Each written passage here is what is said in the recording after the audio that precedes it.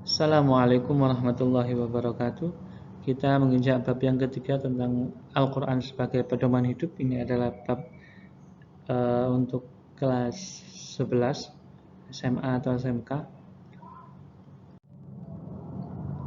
Kebenaran Al-Quran.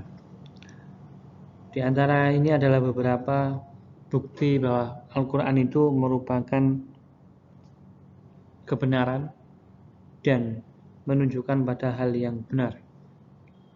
Kata Allah, "Qulil haqqu min rabbikum", dan katakanlah kebenaran itu datangnya dari Tuhanmu. Faman syaa'a falyu'min wa man syaa'a falyakfur. Maka barang siapa yang ingin beriman, maka hendaklah ia beriman. Barang siapa yang ingin kafir, maka biarlah ia kafir. Surat Al-Kahfi ayat 29. Di antara beberapa bukti yang menunjukkan kebenaran Al-Quran adalah Fathu Makkah. Sebelum ada Fathu Makkah, Allah sudah menurunkan ayat Al-Quran di surah Al-Fatah ayat 27. Ya. Ini tentang bahwa Allah itu memberikan wahyu kepada Nabi Muhammad bahwa suatu saat dia akan bisa membuka kota Makkah. Kemudian kemenangan Bizantium, ini juga salah satu mukjizat Al-Quran, ya, bisa memprediksi bahwa suatu saat Bizantium itu bisa mengalahkan kerajaan Parsi. Alif Lam Mim, telah dikalahkan bangsa Romawi di negeri yang terdekat, dan mereka sesudah dikalahkan itu mereka akan menang dalam beberapa tahun lagi. Bagi Allah urusan sebelum dan sesudah mereka menang. Surat Ar-Rum ayat 1-4. Ini menunjukkan bahwa suatu saat bangsa Romawi ini kalah, kemudian beberapa tahun kemudian bangsa Romawi ini menang dari kaum Persia, dari negara kerajaan Persia.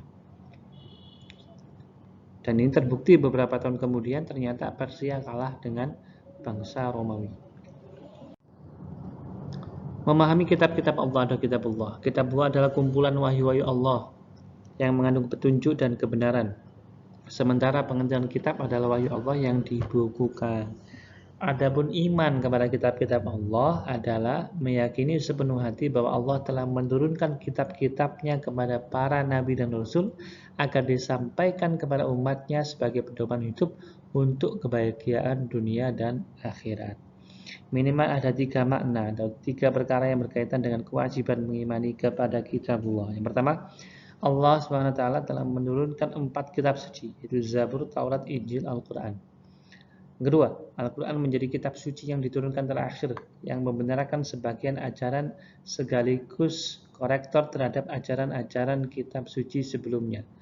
Jadi Al-Quran ini diturunkan terakhir sebagai membenarkan kitab-kitab sebelumnya dan mengoreksi beberapa kitab yang sebelumnya karena sudah mengalami perubahan.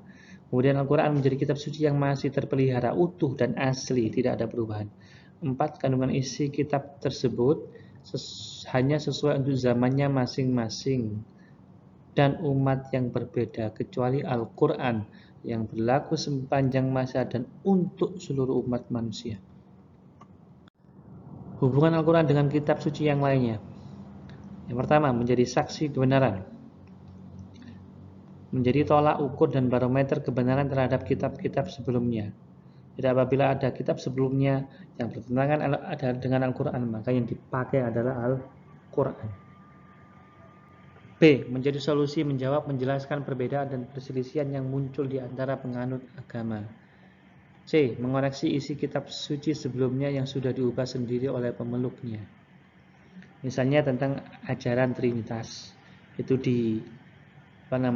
dikoreksi melalui surat Al-Maidah ayat 73. Kemudian kedudukan dan penyaliban Nabi Isa alaihissalam itu dikoreksi dalam surat Al-Imran dan juga An-Nisa. Nama-nama kitab. Nah, ini adalah beberapa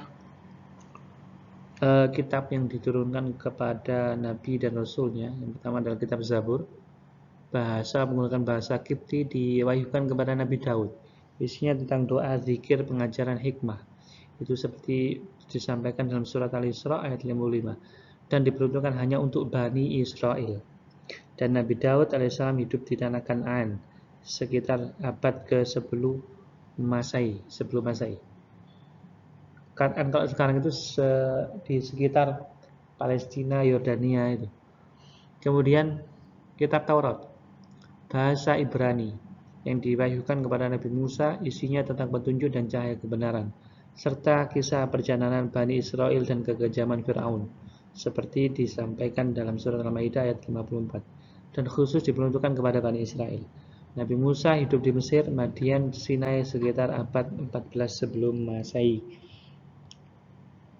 Injil, bahasa Suryani, yang diwahyukan kepada Nabi Isa, isinya tentang petunjuk dan penerangan, surat Al-Maidah ayat 46, dan diperuntukkan juga untuk Bani Israel, hanya kepada Bani Israel.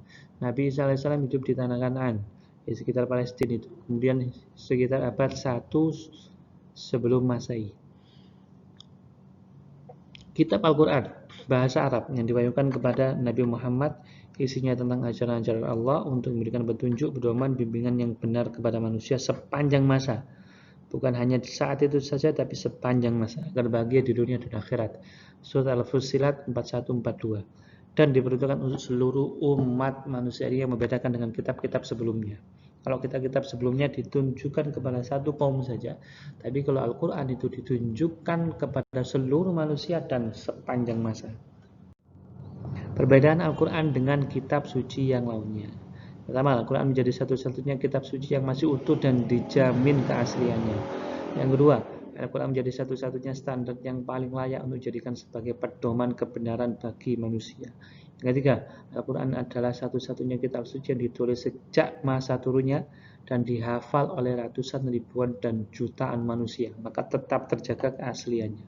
Tidak ada kitab satupun yang mampu dihafal oleh manusia kecuali Al-Quran. Baik Zabur, Injil, Taurat, tidak ada yang mampu menghafal kitab-kitab tersebut, kitab aslinya. Tapi Al-Quran itu ratusan bahkan ribuan jutaan umat Islam itu bisa mampu menghafal Al-Quran. Itu karena Al-Quran memang mukjizat dari Allah, jadi Allah memudahkan manusia untuk menghafalnya. Mushaf dan suhuf. Ini perbedaan antara mushaf dan suhuf. Kata suhuf dapat dilihat di surat Al-A'la ayat 19. Kedua kalimat ini berasal dari akar kalimat yang sama, yaitu sohafa, menulis. Suhuf artinya tunggalnya itu sohifah, suhuf itu jamak, berarti lembaran yang tertulis. Ada sesuatu yang dibentangkan sebagai sepenggal kalimat yang ditulis dalam material kertas, kulit, atau media lain. Sedangkan mushaf itu jamaknya masohif, berarti kumpulan-kumpulan suhuf yang dibundal menjadi satu.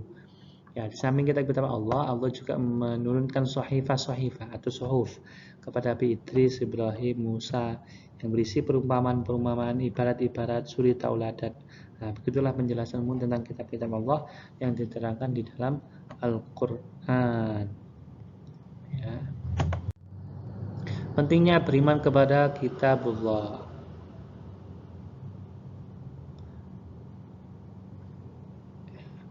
Kenapa beriman kepada kitabullah itu penting? Ya, karena misalkan semua orang itu ingin sukses, berhasil, tapi tidak menempuh jalan yang sudah dijelaskan oleh Allah, maka jalan itu adalah agama yang termaktub dalam kitabullah. Kalau kita menjalankan sesuai aturan agama, insya Allah akan sukses. Kemudian ada beberapa teladan para sahabat yang dijadikan contoh, yaitu yang pertama, meyakini dan mengimani secara mendalam aspek akidah yang tertera dalam kitabullah. Kita harus meyakini dan mengimani secara penuh, ya, terutama dalam akidah yang berada di dalam Al-Quran atau hadis. Yang kedua, Al-Quran, ya. Kemudian yang kedua, mematuhi segala perintah dan larangannya ada dalam Al-Quran. Kemudian ketiga, setiap waktu selalu melakukan muhasabah, introspeksi diri, bahwa misalnya setiap membaca satu atau beberapa ayat Al-Quran, apakah sudah melaksanakan isi kandungan ayat tersebut atau belum, atau malah mengabaikannya. Maka kita harus selalu introspeksi ketika membaca Al-Quran. Mengimani Al-Quran. Sekarang kita akan bahas mendalam tentang Al-Quran. Al-Quran itu apa? Al-Quran adalah firman Allah yang diturunkan melalui perantara malaikat Jibril, disampaikan kepada Nabi Muhammad menggunakan bahasa Arab, dan membacanya bernilai ibadah untuk dijadikan pedoman hidup manusia agar bahagia di dunia maupun di akhirat. Namanya Al-Quran itu banyak. Biasa disebut Alkitab, Al-Furqan sebagai pembeda, Al-Bayan yang menjelaskan Al-Dzikr sebagai zikir. Tujuan pokok Al-Quran berdasarkan syariat ulama ada 3 tujuan pokoknya ya, aqidah, syariah, dan akhlak. Jadi di dalam Al-Quran itu ada 3 materi pokok, ada aqidah, ada syariah, ada akhlak. C. Kedudukan Al-Quran. Pertama, sebagai wahyu Allah Subhanahu wa Ta'ala. Kedua, sebagai mukjizat Nabi Muhammad yang tidak dapat ditiru manusia. Maka banyak kisah ketika itu yang ingin meniru ayat Al-Quran. Ternyata tidak bisa meniru sebagus dan seindah ayat-ayat Al-Quran. Ketiga, sebagai pedoman hidup bagi setiap muslim dalam menjalani setiap aspek kehidupan. Jadi ada pedomannya. Allah itu menurunkan aturan-aturan di dalam Al-Quran sebagai pedoman hidup kita. Keempat, sebagai korektor dan penyempurna terhadap kitabullah sebelumnya. Isi dan kandungan Al-Quran. Al-Quran diturunkan sebagai pedoman bagi mereka yang ingin mencapai kehidupan bahagia di dunia dan akhirat. Aspek yang diajarkan Al-Quran itu sangat luas, menyakup seluruh aspek kehidupan. Ya. Salah satunya adalah akidah, tentang keimanan, ibadah, tentang beribadah. Ya. 3, tentang akhlak, tentang muamalah, bagaimana berhubungan dengan orang lain. Ada syariah, hukum-hukum Al-Quran, hukum-hukum Allah, tentang tarikh, kisah-kisah yang bisa dijadikan teladan, tadzkir, peringatan bagi kita, dasar-dasar pengembangan ilmu pengetahuan, kebudayaan, dan peradaban, itu semuanya ada dalam Al-Quran. Bukti kebenaran Al-Quran. Pertama adalah keindahan dan ketelitian redaksi Al-Quran, pemberitaan gaibnya tentang masa depan, masa lalu, dan lain-lain. Isyarat ilmiahnya, di situ ada banyak tentang kajian-kajian ilmiah yang bila dikaji itu sesuai dengan ilmu pengetahuan pada zaman sekarang. F. Tujuan diturunkan Al-Quran mencakup 3 hal pokok, yaitu akidah, syariah, dan akhlak. G. Cara Al-Quran mencapai tujuan bagaimana? Yaitu mengajak manusia memperhatikan alam semesta. Ya, berkaca dari alam semesta, kemudian mengajak untuk memperhatikan di jati dirinya, memperhatikan sejarah umat manusia. Itu cara Al-Quran mencapai tujuan, agar akidah, syariat, dan akhlak manusia itu benar-benar sesuai dengan Al-Quran. Terima kasih banyak. Ini saja yang dapat kami sampaikan. Semoga bermanfaat dan dapat dilaksanakan dalam kehidupan sehari-hari.